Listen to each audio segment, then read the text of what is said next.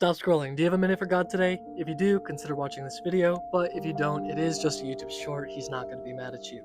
But if this is on your feed, then it might be for a reason, and God might be trying to reach you. God's trying to reach someone today who is messed up, and they've sinned, they've fallen into the same sin that they swore that they weren't going to fall into again, and they feel very down on their luck. They think God is mad at them, and they've messed up too many times at this point.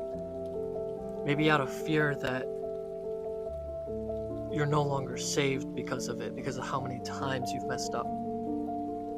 Today we're going to talk in Romans 4 verses 13 through I think 17. Yes. For the promise to Abraham and his offspring that he would be the heir of the world did not come through the law, but through the righteousness of faith.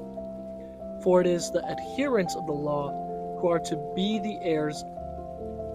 Faith is null and the promise is void. For the law brings wrath, but where there is no law, there is no transgression. That is why it depends on faith, in order that the promise may rest on grace and be guaranteed to all his offspring, not only to the adherent of the law, but also to the one who shares the faith of Abraham, who is the father of us all. Sorry, it was to verse 16. But pretty much what that is saying is the faith is what you're relying on. Your works mean nothing. Yes, God wants you to do your best. Yes, God wants you to be like him. And faith without works is dead. That is another verse in the Bible. But the works aren't what saves you. Jesus died on the cross for all of us. And it's through that grace that we have faith in which you are saved.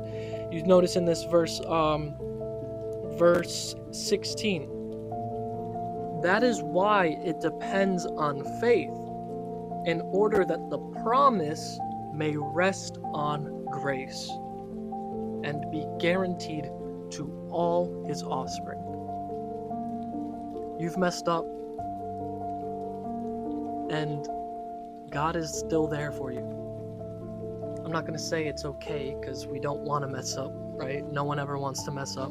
No one ever wants to sin. But God is still there for you. God still died on the cross. Jesus died on that cross for that sin, even though you've done it over and over and over again.